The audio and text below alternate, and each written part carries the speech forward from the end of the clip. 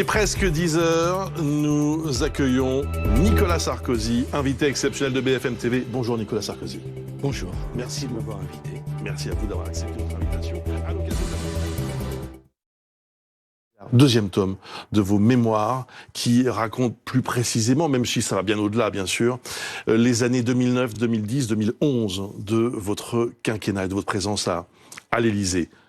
Beaucoup de questions à vous poser, beaucoup d'épisodes à revoir ensemble, beaucoup d'images également à revisiter.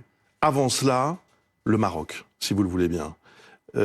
Qu'avez-vous ressenti en apprenant la catastrophe qui a frappé ce pays? Vous savez, comme beaucoup de Français, j'aime le Maroc. Pour une raison que j'ignore, je ne peux pas lire Camus sans me dire que j'aurais aimé naître en Afrique du Nord. Vous savez, les descriptions de Camus, là, qui montent dans... Alors, c'est l'Algérie, c'est pas le Maroc, mais enfin, disons que c'est la même région. Et qui monte dans le bus et qui va vers les plages, parce que les plages à Alger sont en dehors d'Alger.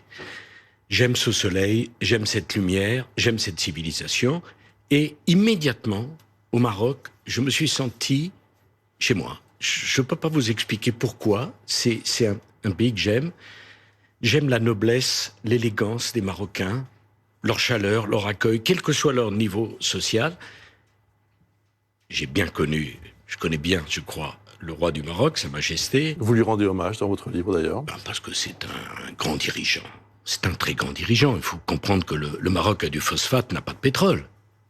Le Maroc, c'est un grand allié de la France. Et cette catastrophe épouvantable a touché bien au-delà de la communauté franco-marocaine. C'est si proche de nous. Ils sont si proches de nous. Et puis Marrakech, à 70 km de Marrakech, un tremblement de terre niveau 7, c'est bouleversant. Et c'est beau de voir les Français bouleversés par cela.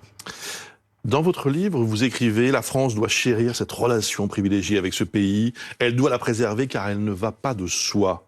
Les Marocains sont parfois sensibles jusqu'à la susceptibilité. » Et vous écrivez aussi « Le président Macron n'a pas toujours su trouver les mots ou les gestes que les Marocains attendaient. Son tropisme algérien lui procurera bien des déceptions. » Est-ce que c'est la raison pour laquelle la France n'a pas reçu officiellement de feu vert pour envoyer des équipes humanitaires? Je ne me permettrai pas de dire ça, je ne connais pas le détail des relations aujourd'hui. Ce que je veux dire par là, la France est un pays qui a eu un empire, qui a eu une histoire coloniale.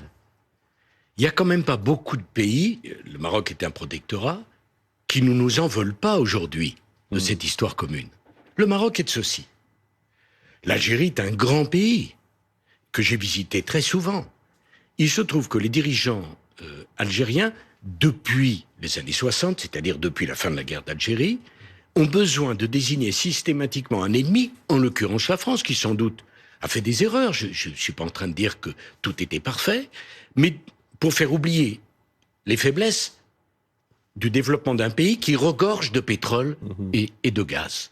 Donc, pour moi, vraiment, la relation franco-marocaine, elle a toujours été essentielle. D'ailleurs, le président Bouteflika m'en avait amicalement voulu, parce que j'avais fait ma visite d'État comme président de la République au Maroc avant l'Algérie. Mais j'avais dit à Bouteflika, écoute, je préfère aller dans un pays où on nous accueille magnifiquement, célébrant l'amitié et la proximité de la culture franco-marocaine, plutôt que dans un pays où sur 3 jours de visite, je passe 2 jours à me faire attraper, alors que j'étais à peine né au moment où finissait la guerre d'Algérie.